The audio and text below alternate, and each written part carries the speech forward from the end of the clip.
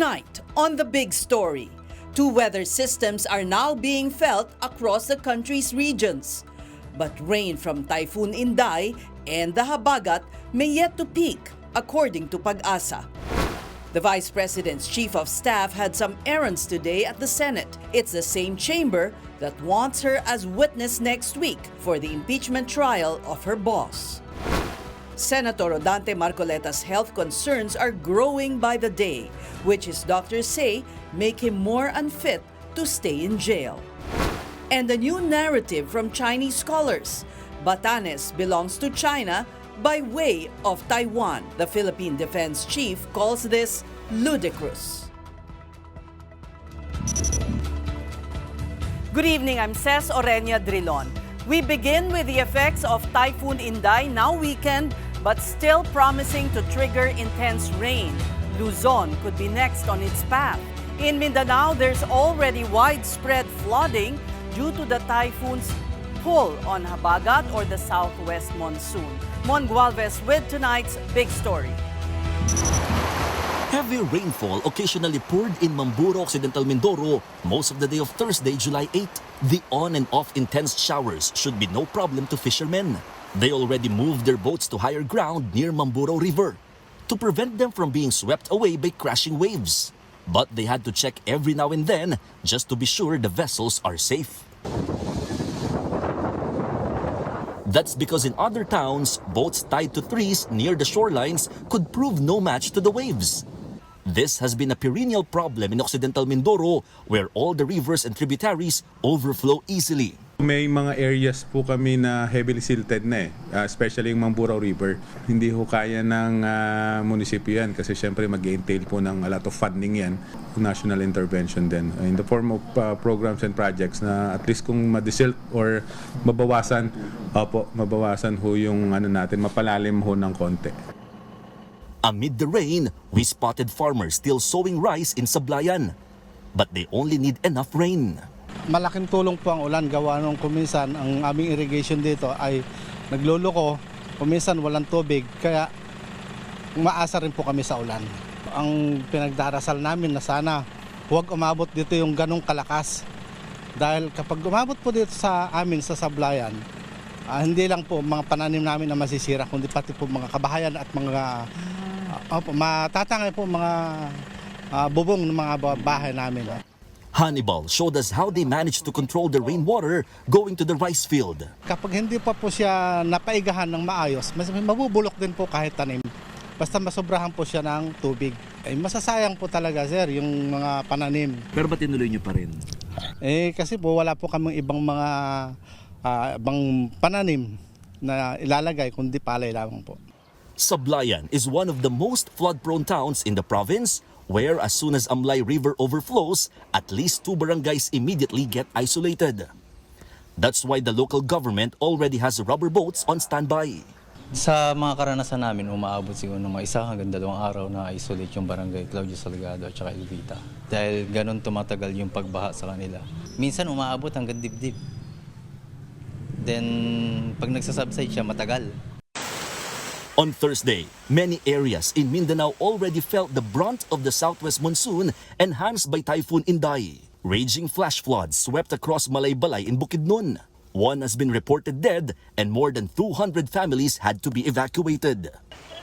In Maguindanao del Norte, some areas experienced neck-deep floods. Rescuers had to use ropes to get survivors to cross safely. In Maguindanao del Sur, some students were stranded when Benuan River in South Upi overflowed. Residents had to pitch in to help the students go home safely. For News 5, Mon Gualvez, we are One News. According to the latest Pag-asa forecast, Inday has maintained typhoon strength as it moves across the waters east of northern Luzon. The eye of the typhoon was last spotted east of Apari in Cagayan and is packing really strong winds, 165 kilometers per hour near the center and gustiness of up to 205 kph. Tomorrow, Friday, Inday heads briefly toward extreme northern Luzon until its exit from the Philippine Area of Responsibility by Saturday or Sunday. Signal number 2 is now up over Batanes, the eastern portion of Babuyan Islands, and the northeastern-most part of mainland Cagayan. Signal number 1 is hoisted over the rest of Cagayan and Babuyan Islands, the northeastern portion of Quirino, the northern part of Abra, and in Apayao and Kalinga, as well as over the eastern portion of Mountain Province, northern part of Aurora, and the central portions of Catanduanes. And at this point, we bring in again Alvin Pura, News 5's weather frontliner. Alvin, bakit nauna pang makaranas ng pag-ulan ang Mindanao bago yung mga area sa Luzon na may nakataas ng wind signal simula pa kahapon? Ano ba talaga ang nangyari? Yes. Usually naman yung ating mga pag-ulan dulot ng habagat ay sumusunod din sa direksyon or kilos ng ating bagyo. Kasi kung titingnan nyo yung ating satellite image says, yung ating habagat ay parang inflow ng hangin. Kung in layman's term natin yan is parang buntot siya nung bagyo. So nasa ibaba siya nung bagyo. Kaya nung nakapasok ito sa ating PAR, nagsimula po yung ating mga pag-ulan. Mauuna talaga yan dito sa western section ng Mindanao. At habang lumalapit yan sa ating kalupaan at landmass, nadadagdagan din yung ating mga pag-ulan. At kung mapapansin nyo dito sa ating latest satellite image, buong Visayas po ay maulap ng panahon. Mostly yung ating mga pag-ulan ay nandito sa western section nito, ganun din ang Bicol region. Kanina may mga pag-ulan na tayo sa Batangas at Cavite, sa Mimaropa, particularly sa Mindoro. Then susunod na nga bukas sa Metro Manila, magiging maulap na po yung ating panahon. Actually ngayong gabi may medyo overcast na tayo at nararamdaman na rin po yung ating hangin. Kung lalabas kayo ngayong gabi, mararamdaman na natin medyo mahangin na tayo. Magpapatuloy na yan bukas at any time of the day, possible tayong makaranas na ng pag-ulan. Kasabayan, nung unti-unting paglapit pa nitong bagyong Inday dito sa extreme Northern Luzon. Hindi lang Metro Manila, maging dito po sa Central Luzon, ang Zambales at Bataan. At habang umakyat pa, itong si Inday, patungo dyan sa may area ng Taiwan, Friday to Saturday, madadagdagan din po yung ating mga pag-ulan dito sa mga kabundukan ng Cordillera, kasama dyan ang Baguio City at ang Ilocos region. And says, kahit makalabas na ng ating area of responsibility, itong Inday, magpapatuloy yung effect ng habagat. Again, dito naman, mas mataas na po at mas malawak na ang epekto niyan by weekend. Ses? Alvin, pakipaliwanag kung paano nakakontribute yung clockwise na ikot ng bagyo sa areas na naapektuhan ng habagat. Kasi para ang pag-iintindi natin dito ay makakatulong para makadetermine kung paano tayo maghahanda, hindi ba? Yes. Yung ikot natang bagyo natin is pag ganito nga, papunta dun sa loob. At usually, ayan, kapag panahon ng habagat, southwest monsoon, kung papansinin nyo rin yung ating satellite image, yung concentration ng mga pag-ulan at malalakas na hangin nung bagyo mismo, yung ating radius sa bagyo, kung magdodrawing tayo dito para yung oblong. Sa itaas na bahagi, dito sa upper part, kung mapapansin nyo, mas manipis yung ulap. Mostly yung concentration ng mga pag-ulan natin ay nandito sa ibaba ng bagyo dahil panahon ng habagat. Nandito nang gagaling yung ating moisture. Kapag panahon ng amihan, mga bare months, baliktad po. Nandun sa taas yung ating mga pag-ulan. Pero since habagat ngayon, nandito sa baba, at kung papansinin nyo nga yung ating satellite image, ito yung magiging direct effect natin sa pagtawid o paglapit ng bagyong Inday dito sa extreme Northern Luzon. So most probably bukas, dumidikit na nga actually ngayon, mula ngayon hanggang bukas, mas unti-unti na nating mararamdaman yung mga hangin dito sa Northern Luzon at extreme Northern Luzon at posible pang magtaas hanggang tropical cyclone. Wind signal number 3 dyan ang pag-asa habang lumalapit. Closest approach natin dito sa mga landmass natin is for tomorrow until Saturday habang papalabas po ng ating area of responsibility. And then, yun nga, since nasa baba yung ating concentration ng mga pag-ulan dahil panahon ng habagat ngayon at southwest monsoon is yan po yung sasabit sa atin. Although hindi yung gitna, meron pa rin tayo mga malalakas na hangin dyan at mga pabugso-bugsong hangin. And then, yung ating southwesterly na hangin, yun nga yung ating habagat, is nakikita rin natin na sumusunod dun sa pagkilos nitong ating bagyong si Inday. Okay. Ses? So ibig sabihin, purnada na ang mga may weekend plans. Yes, Ma'am Ses, kung may mga lakad kayo dito ngayong weekend sa Metro Manila is mag-ready tayo at mag-ingat tayo sa mga posibleng pag-ulan or better yet, if hindi naman siya ganun ka-importante, and lalo na kung outdoor activity ito is mas maigi kung nasa bahay na lang tayo or nasa loob ng bahay na lang para dun tayo sa safer side. Pero if hindi mapipigilan, is kailangan natin mag-ingat at laging makibalita sa rainfall advisory ng pag-asa, yung lumalabas na every 3 hours dahil yun halos real time yung yung data noon na natatanggap nating pagulan. Based yun sa satellite at radar data, ibig sabihin yan, yung actual na dami ng ulan na natatanggap at yung mga posible pang pagulan in the next 3 hours. So hindi natin malahabol yan dito sa ating satellite image at sa ating show, pero sa app ng Pag-asa, makikita nyo doon yung mga heavy rainfall warning advisory nila, yung may kulay yun, yung red, yellow, at orange. So medyo real time yon at medyo efficient siyang gawing basis para sa ating mga lakad. Yes? Alvin, panghuli na lang. Nasa letter I pa lang tayo, so marami pang bagyo ang parating. Pero ano ang epekto ng El Nino na mararamdaman, lagi mong sinasabi sa end of the year pa, dito sa sa typhoon season natin ngayon? Yes, actually yung kinikilos ng mga bagyo natin ngayon is effect na ng El Nino. For the past few bagyo natin, nagsisimula siya ng mas malayo at nagre-recurve pataas at naglalakasan na rin po siya. Epekto yan ng El Nino dahil mas mainit yung temperatura natin sa gitnang Pasipiko, dito sa karagatan, sa gitna. Kaya dyan nagsisimula yung ating mga bagyo. At usually nakakabuelo at yun nga, nagre-recurve ng mas maaga. Past few bagyo natin, yun yung halos ang pattern. Lalong-lalo na itong si Inday. Kung makikita nyo, lumakas pa nga yan dahil ang layo ng biniyahe niyan at nagpapalakas ng ating habagat.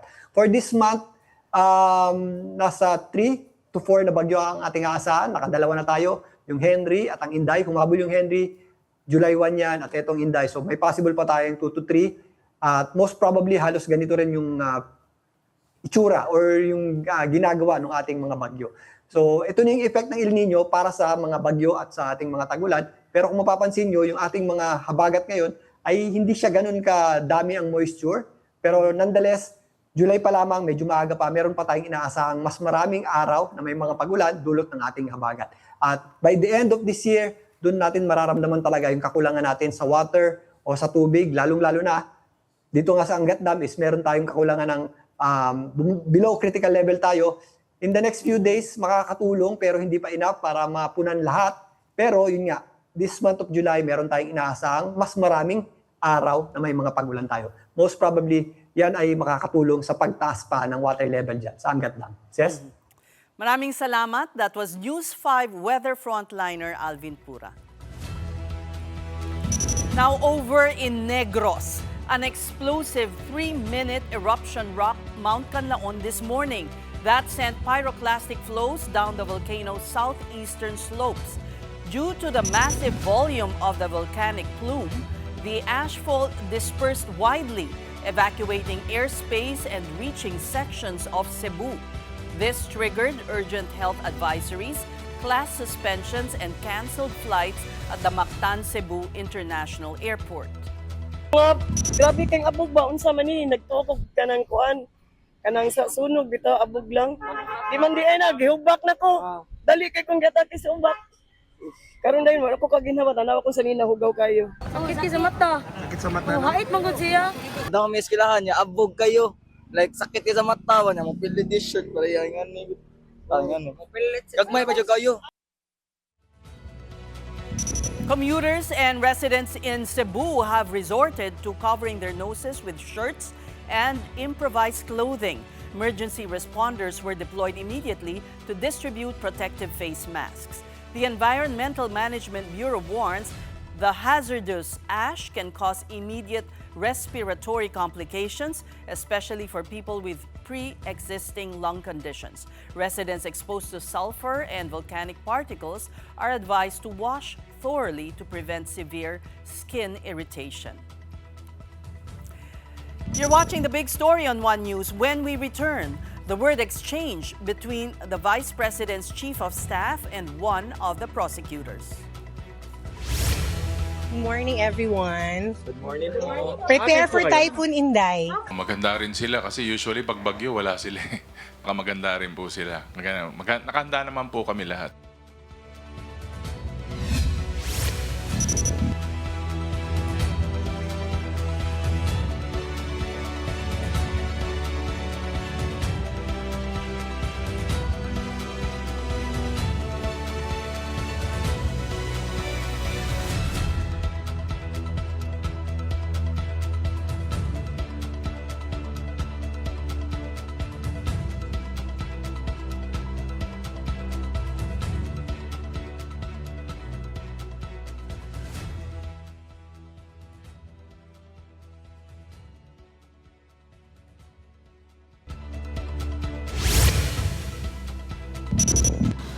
For what? The confidential funds. Ngayon, dinadagdagan nila na kung ano-ano na lang pwedeng idagdag, di ba?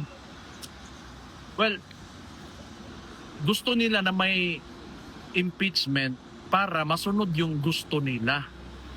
It's not about really, like the vice president defending herself, but it's about putting her sa lugar kung saan nila gusto na nandyan siya. Kasi kaya nga nila ini-insist yung impeachment na yan kasi they want to remain in power. Gusto nila sila. That's all that I can say. Pag pumayag yung mga tao, wala na kami magawa. Unang-una, pinapaabot ko sa ating mga opisyal ng pamahalaan na itigil na muna natin yung pamumulitika at pananawagan nila ng transparency and accountability, pero ang totoong pakay nila ay ang kanilang mga sariling political interest. Pangalawa, sa atin pa ring mga opisyal ng pamahalaan, natutukan natin ang kaayusan, kapayapaan at kaunlaran ng ating bayan. Matagal na nag-aantay ang ating mga kababayan na maging mas maayos yung kanilang buhay. At sa ating mga kababayan, huwag tayo mawalan ng pag-asa na merong mangyayaring pagbabago sa ating bayan at huwag tayong mawalan ng pag-asa sa kakayahan natin na maging isang mayaman na bansa. The Duterte siblings there, Vice President Sara and Davao Mayor Baste, they reiterated their belief that the impeachment trial has politics written all over it. Vice President Sara Duterte's Chief of Staff, Attorney Zulaika Lopez, made an appearance at the Senate today. Lopez is among high-profile witnesses the prosecution wants summoned for the VP's impeachment trial next week. As the media attempted to get interviews on her upcoming testimony, she dodged the questions with a cryptic remark. House Deputy Speaker Paulo Ortega V promptly responded. Good morning, everyone. Good morning po. Prepare for Typhoon Inday. Maganda rin sila kasi usually pag bagyo wala sila. Kaya baka maganda rin po sila. Nakahanda naman po kami lahat.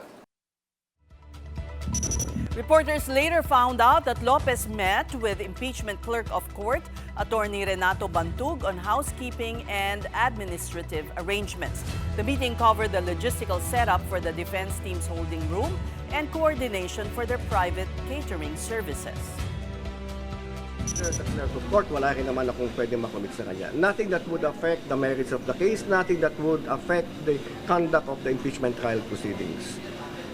It was an open door meeting, nothing secretive about it. The impeachment court has officially issued a subpoena to Lopez for the impeachment trial on July 13 and 14. Yesterday, the defense played video footage of a weeping Lopez during a November 2024 Zoom press conference. A breakdown one of the VP's lawyers said was caused by intense fear from congressional harassment. The Duterte team also sought to weaken the prosecution's case by insinuating the Marcos administration's involvement in the investigation. Para ipakita at nag-i-insinuate na may kinalaman ang Pangulo sa pag-iimbestigang ito ay ang pinakamababa sigurong klase ng argumento. Buong mundo ang nakakita ng pagbabanta sa buhay ng Pangulo. Mandato po ng NBI na imbestigahan po ito. At this point, we bring you more stories making headlines this Thursday. Mobile journalist Daniel Dayao reports. Chinese scholars now claim that Batanes belongs to China by being a natural geographical extension of Taiwan. The claim was first made during a symposium hosted by Jinan University in the city of Guangzhou on June 30. So far, there is no indication that Chinese authorities have adopted to this line. But Maritime Transparency Initiative Sealight warns that this may be the start of an apparent lawfare campaign to assert sovereignty over the Philippine province. it also validates yung sinasabi natin na they have the plan to control the whole Pacific Ocean. Walang basihan ito, kalokohan ito. And it's ludicrous. The warning comes as the country commemorates the 10th anniversary of its arbitration win against China over the West Philippine Sea. Senator Dante Marcoleta's health concerns continue to grow. According to the PNP, Marcoleta's blood test has indicated dyslipidemia, or elevated levels of bad cholesterol. Yesterday, the PNP General Hospital Internal Medicine Department said Marcoleta is suffering from mild pneumonia, degenerative disc disease, and high blood pressure. All of these medical issues are preventing him from being detained at the new Quezon City Jail in Payatas. Marcoleta is facing plunder charges for receiving 75 million pesos in undeclared campaign donations. Meantime, Malacanang clarifies that returning official Ben-Hur Abalos will assume different functions as cabinet secretary. Recall that President Marcos's very first executive order in 2022 abolished the office of the cabinet secretary. Appointing Abalos, a former DALG chief, is part of the president's reorganization plans within his office. Ang function niya ay hindi pang kabsec. Ang function niya is to help the president. Okay. Yes. So, Yun na magiging function niya. Siya yung iikot sa buong bansa para mas mapalawak pa at ma-reach out ang mga kababayan natin. The Supreme Court has junk petitions questioning the legality of the No Contact Apprehension Policy, or NCAP. The justices ruled that the petition against NCAP was rendered moot with the adoption of the Metro Manila Traffic Code of 2023. But the SC clarified that the dismissal does not mean NCAP cannot be challenged anymore. It can still be reviewed in the future as long as there is justifiable controversy involved. Kapatid Mobile Journal, Daniel Dayaw, we are One News. And before we go on a break, our big picture tonight, it's a look at the first 4 official entries for the 52nd Metro Manila Film Festival. The lineup includes Second Miracle in Cell Number 7, with Aga Mulak and Zia Vigor reprising their roles, and Amir, starring Dennis Trillo and Argus Aspiras.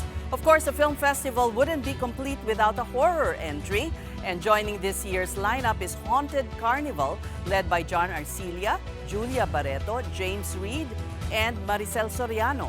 And finally, The Greatest Showdown, which teams up Vice Ganda and Vic Soto on the big screen for the first time. The remaining official entries will be announced in the coming months. This is the big story on One News. And next, let's talk about sustainable mobility. From the use of bicycles to electric vehicles for healthier public spaces. Stay tuned.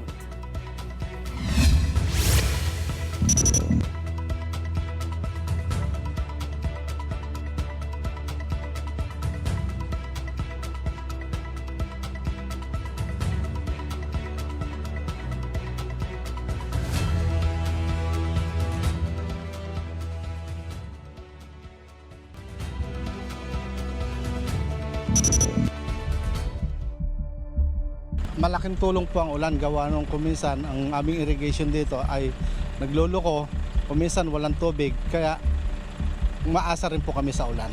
Ang pinagdarasal namin na sana huwag umabot dito yung ganong kalakas dahil kapag umabot po dito sa amin sa sablayan, hindi lang po mga pananim namin na masisira kundi pati po mga kabahayan at mga matatangay po mga bubong ng mga bahay namin. Most Filipinos want safer streets for bikers and pedestrians. A recent Pulse Asia survey sparked an aggressive push to inject at least 1 billion pesos into the nation's walkway and cycling infrastructure. Mobile journalist Evan Tarinque with this report. A majority of Filipinos support the expansion of safer and more accessible bike lanes and pedestrian walkways, according to a recent Pulse Asia survey. The survey found that 94% of respondents favor increased government investment in active transport infrastructure, including dedicated bike lanes and improved walkways for pedestrians. Kasi yung roads natin, reflection ng democracy or kung sino ang pinaprioritize at pinapahalagahan ng gobyerno doon sa kung sino ang pwedeng mag-access at maging komportable sa daan. Active transport advocates have long called for more bike lanes across Metro Manila. particularly a connected network that will make cycling safer and more convenient. They are also pushing for protected bike lanes along major thoroughfares to provide better safety for cyclists. At present, most existing bike lanes rely on painted road markings and plastic bollards, which offer limited protection and can be easily damaged. Sayang yung pondo kung ganun palagi, na palaging nasisira lang, na temporary lang, na hindi talaga siya pinag-isipan na bike lane. The Department of Transportation currently has a bike lane network spanning around 1,100 kilometers, still less than half of the government's 2,400-kilometer target. The survey also showed strong public support for improving public transport infrastructure. Around 93% of respondents said they want dedicated public transport lanes, such as the EDSA busway, to be further improved to help speed up travel. One of our biggest problems is traffic, and traffic naman steals our freedom. It steals our free time. Kapatid Mobile Journey Ivan Tarinque, We Orwo News.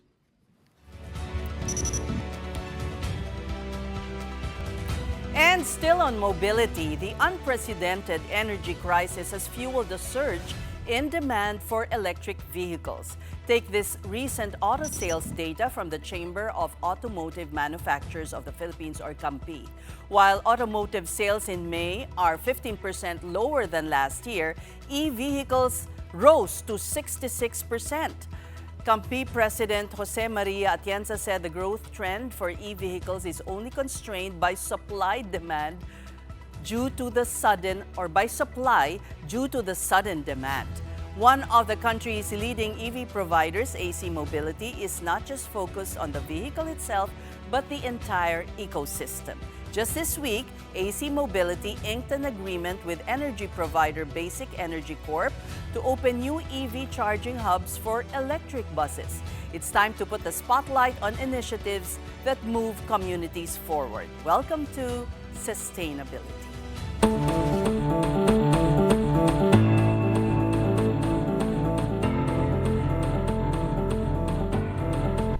And with us is the Group Head for Mobility Infrastructure of AC Mobility, Carla Buencamino. Carla is also the Vice President of the Electric Vehicle Association of the Philippines. Welcome, Carla, to the big story. Hi, Cess. You wear two hats. Yes. So let's go first. Let's ask you questions on your hat as the VP of the Electric Vehicles Association. And tell us how the demand has surged for EVs, particularly this year. Oh, definitely. It's been very encouraging. We've been trying to push for the adoption of electric vehicles for a while now. But if you look at the stats in 2024, it was only 4% of all new vehicles sold that year that were new energy vehicles. That number quickly jumped to about 12% in 2025. And this year, our estimates put that at around 21% just between the months of January to May. So it's looking very bright for the industry, and this is also partly the reason why AC Mobility is pushing for our expansion of the infrastructure, because really you can't talk about just the cars. We have to talk about the ecosystem that needs to support it. Right. But before we go there are a couple of misconceptions about EVs. And I have about 10, but let's go through some of them kasi ang dami. Mabilis daw mawala ng battery at wala kang a place to charge. That's not true. Actually, most electric vehicles right now already have ranges that go from 300 to even 500 or more kilometers. So you can go to Baguio and back? Absolutely, and I do take that trip. And on a full EV? On a full EV, yes, on a full EV. You're not tense? No, because we have charging options in between. And later we can talk more about that through the different parts of our ecosystem. But that's really there because the vehicles are already capable of long drive. And the technology of new vehicles will make that even longer distances, right? Higher charging power and longer distances. Now, on the topic of availability, for example, for charging, your primary source of charging really is the home, right? This is also where you will find the greatest economics in terms of savings. Right. So most EV owners have homes. They Yes. don't live in condos, apartments, etc. Well, there are those that have that, and AC Mobility has solutions that address these types of circumstances where you don't have charging infrastructure available at your, at your homes. But the first one really is being able to charge at home, and then you look at public charging stations as a way to address range anxiety, right? It lengthens Just to add. the distance of how you drive. Just That's to right. supplement. That's right. Right. Okay. The battery will die right away. That's another misconception. Or the lifespan of the battery rather Yes. is short, and then you need to buy a new one. No, That's not true as well. For one thing, the warranties on the batteries alone are already up to 8 years. And this is not the end of the life of the vehicle. It will last way more than 8 years. And actually, these batteries have afterlife value as well, right? You can sell them? No, but you can repurpose them, and this is being done in other countries as well. And maybe they're not so efficient for the vehicle, but they are still efficient for perhaps powering your home or other such purposes. Okay. Now, ito, we're in the midst of Typhoon Inday. Yes. Hindi pwede sa baha ang EV. Is that true or not? Now, Kahit in anong terms kotse naman of siguro.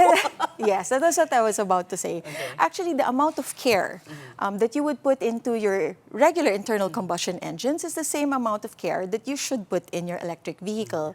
But note that the electric vehicle, especially the battery components, are sealed. These are sealed. These are heavily insulated and they go through extreme weather testing, against for example, extreme weather conditions. And the same goes for the charging infrastructure.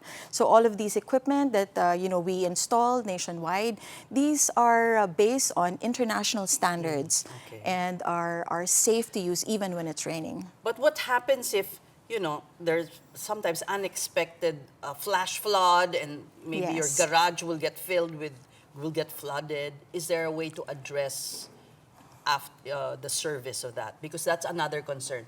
Kulang ang service or people who are adept or used to servicing EVs or hybrid. Well, for one, in terms of the equipment, the charging equipment will automatically stop. So it shuts down by itself, and the vehicle would do the same. Now, in terms of service, like for example, for our partner brands, our dealerships have service centers as well, and they can look to all of our dealerships nationwide, in assistance for such cases where they need to have their vehicles checked. Okay. Masyadong mainit sa Pilipinas, hindi pwede ang EV. That's also a myth. It is a factor, but really? Well, it's a factor for range, but it's the same when it's cold, right? So you exert more effort. You use up more power, for example, in very cold weathers. But there is no issue for the Philippines. Definitely not for heat. Well, I'm almost done with the 10 actually. Okay, I am a plug-in EV. Is that what you would call yes. a user? Plug-in hybrid, yeah, right? yes. And my number one reason was really to help the environment, to decrease my carbon emissions. But the concern, but you might burst my bubble here, because there are concerns about the batteries, that they may not be environment friendly, really. Is that correct? Are there ways to recycle after the battery has, run out? And also, the manufacturing of batteries may not be also that environment friendly. Yeah, well, I can't speak to that at great length, no. But of course, these There are solutions already for that. This is well considered into the design of the vehicles and the batteries themselves. There is such a thing as second life, for example, for these Like you batteries, said like I said earlier. And this will have usable life for a long time. And then, of course, as an ecosystem, you will have recycling. And these are technologies that are available in other countries. And of course, soon that the Philippines would have as well as part of Good. our own ecosystem here. Right, right. I forgot one. Pangmayaman lang daw ang EV, but actually, Hindi na. Oo, it's Perhaps more it started affordable that na, way. Yes. before. It Because started when that all way. it was the luxury. It was the luxury vehicles that came in first.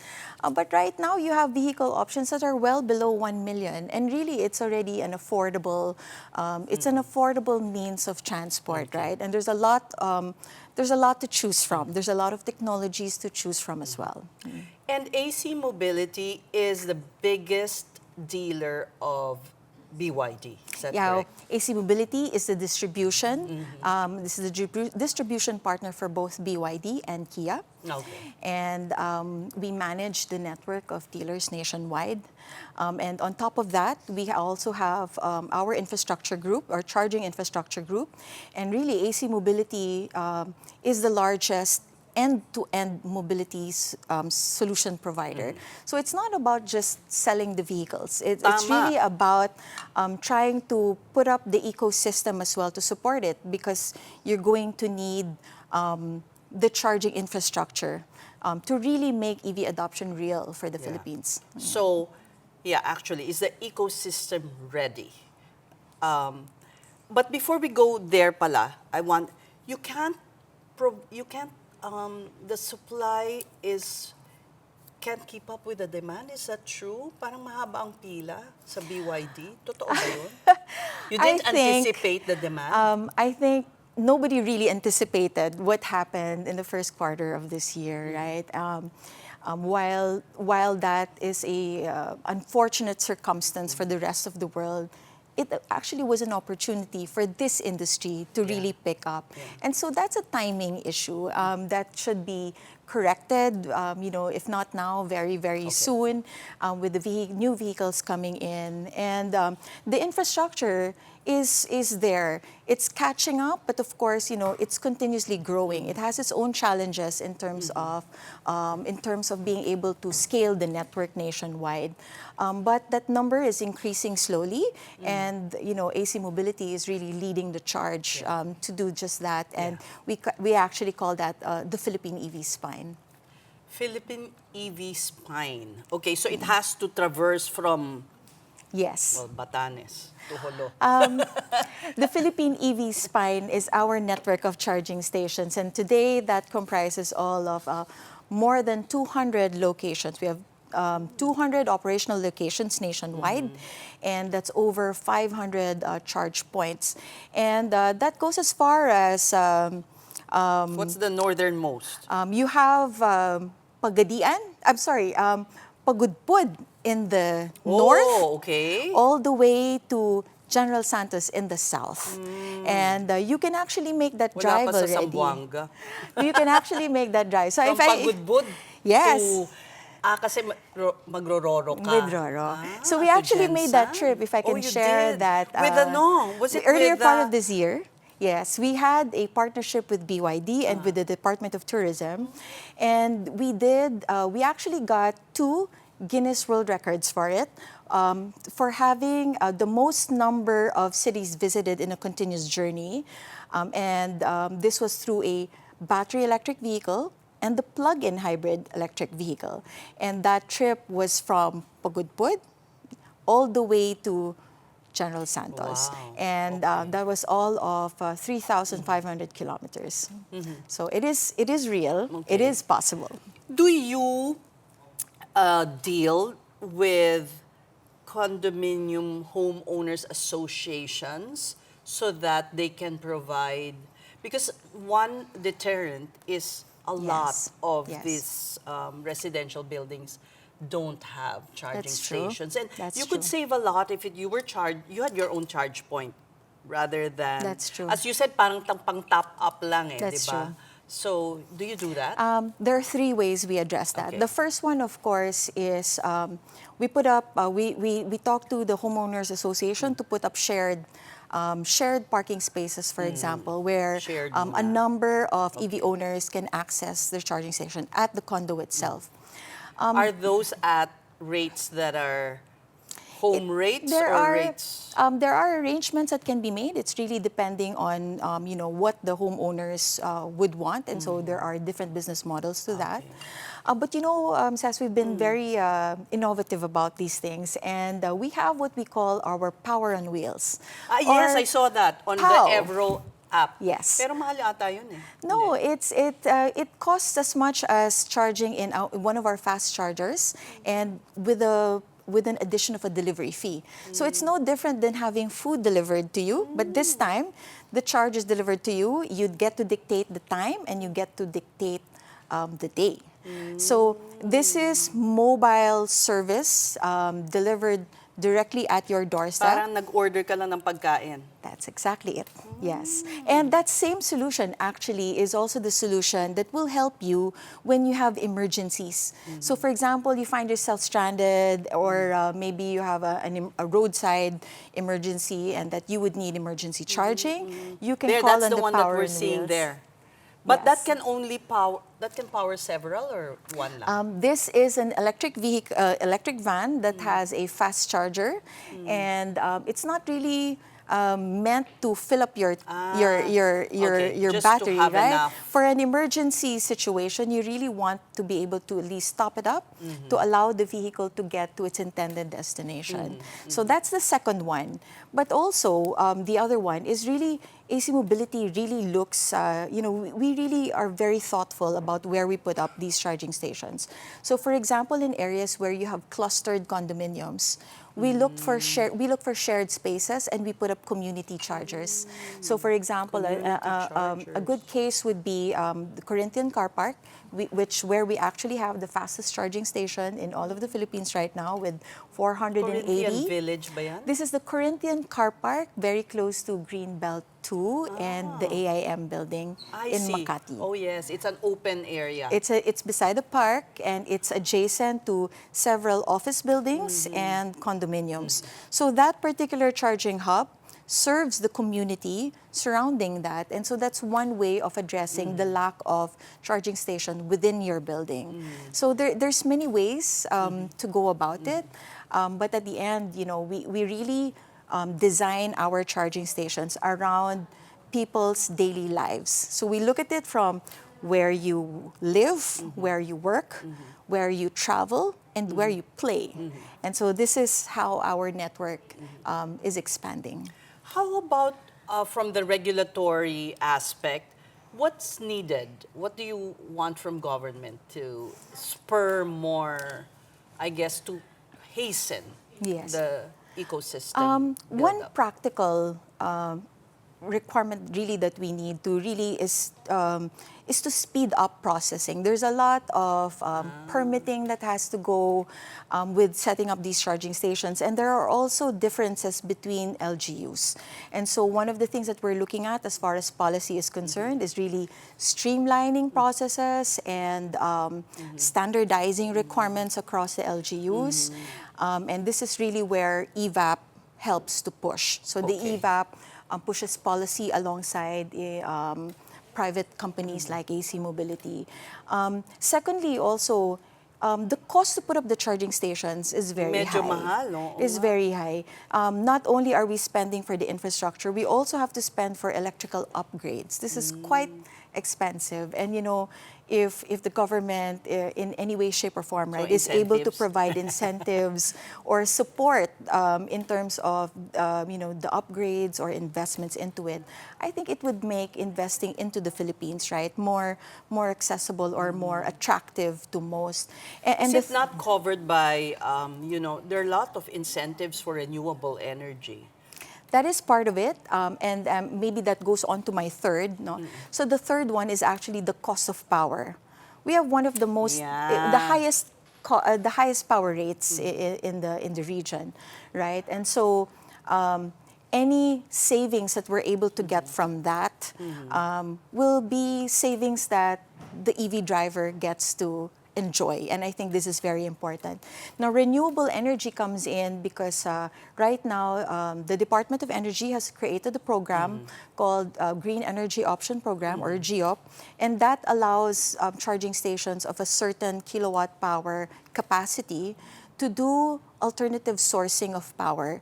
So instead of doing our direct transaction with our distribution utility, we're able to source that from a 100 renewable energy source. Yes, that would be Yes. perfect because not only is the car reducing its carbon emissions, the source is Correct. renewable. It's really having so where a is that? Is green there a sample ecosystem already of that? Yes. So Where? for example, our charging stations at Corinthian Car Park that I just mentioned earlier in Makati is 100% sourced from renewable energy, and we're using our own sister company to do this. We are partnered with ASEN. And this is something that we are pushing across the network. So for example, in our Ayala, all the charging stations that we've put up in all of the Ayala properties, they are actually all on renewable energy as well. So, So let's say I go to an Ayala mall and charge there.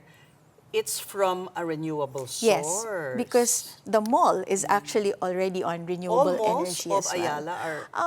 I can't speak to that in detail, but for sure, based on the communication we have with them, definitely the ones that we have installed are all on renewable energy.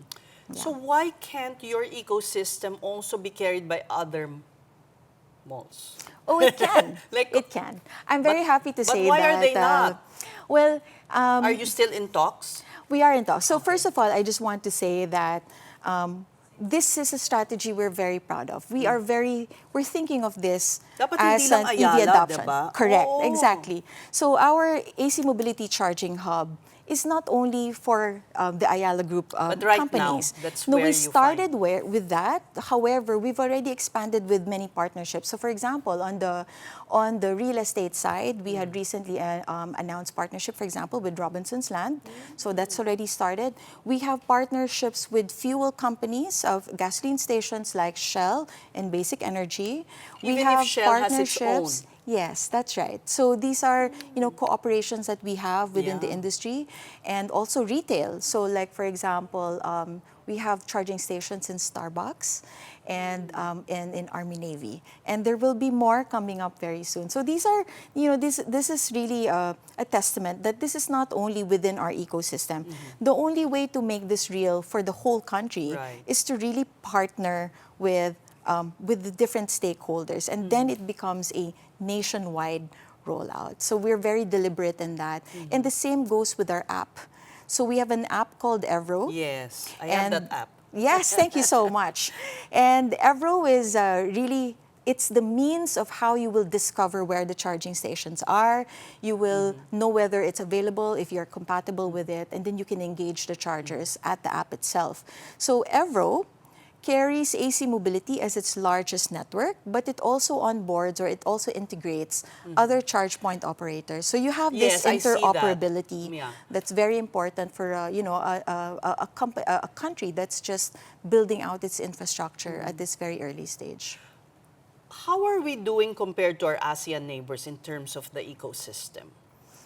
I think... I wonder if Vietnam's ahead of us. It is, no? Siguro. We are quite behind, if I may say. Right? But I hope with, we're very hopeful on AC Mobility and, of course, the EVAP. Well, they even manufacture an EV for it, right? Yes. Well, the number of vehicles are already definitely at a more advanced stages in other countries today. But what we're proud to say, at least, is that the different elements of that ecosystem is starting to take shape in the Philippines, right? And really, this is where AC Mobility has really put in the thought of, putting in the different elements of that. I wonder if you look into this because, there's that modernization of the jeepneys, right? And then it's nakapako kasi the government wants to subsidize, pero these vehicles daw are not, the jeepney drivers don't like them. Is that not something you can get into to, Yes. help the jeepney Yes. drivers Um, and make it more efficient also for everyone. That's true. That's true. Because that's a very important component, right? It's not only the private vehicles, but you need the not public car utility. owners, di ba? Yes, Oo. to also adopt to EVs. Right. There are a number of companies that are doing this service already, and some government units have already started to put out pilots as well. Pero There is nothing. I think it's really just Successful. starting. Some of them are in very small scale at the moment, but Can't we get BYD to make a jeep? I'll put in the note. Because, but okay, di ba? yeah, but there are a number of companies today. But at least on the infra side, I'd like to say that we recently shared some news of our partnership with Basic Energy. Right. Okay, And let's talk about that. That is an example. At least yun malakihan boost. Yes, that is an example where we've collaborated with other industry stakeholders to enable these kinds of infrastructure, because it's quite costly to put up infrastructure, as I've said, and Yeah. when you're going to do that for these e-jeeps, for example, it could be very difficult in terms of investment. And so corporations like what we have with Basic Okay. Energy allows them to participate and use public, for example, Yeah. charging stations such as the stations As that they we put say, the together. best test for a country is if you and I are able to use public transport. That's true. I won't mind if it's efficient. Yes. Right? Yes. But right now, it simply isn't an option. Yeah. But so how are you? How many buses are we talking about here? How many? This is still a low count, and in the recent stats that the Department of Energy has released in terms of the industry, this is really at low numbers. We're not even looking at hundreds yet in terms of very large buses. But again, the industry is pushing, and the other one that I think would be very helpful is that the Department of Energy is putting out a circular soon. I hope that it gets made public soon. But it's really mandating. It's mandating locations to put up charging stations, and at the same time, it's putting a mechanism to have the LGUs adapt. Okay. So the LGUs will be the meaning first. It's really now government that's going to step in to hasten this. Yes. Well, we need policy, right? We need policy to support this massive shift that we will need to make, both for the infrastructure and also because the government being, one of the largest procurement bodies, right? Why don't they that they do also- have the ability to hasten that by starting the transition within the government, right? And it's really part of the EVIDA law already. It's actually it's already indicated there that there is a 10% conversion requirement for government fleets. Like how many what kind of volume are we looking at? For the infrastructure, or For the government procurement? 10% is the number that was initially stated.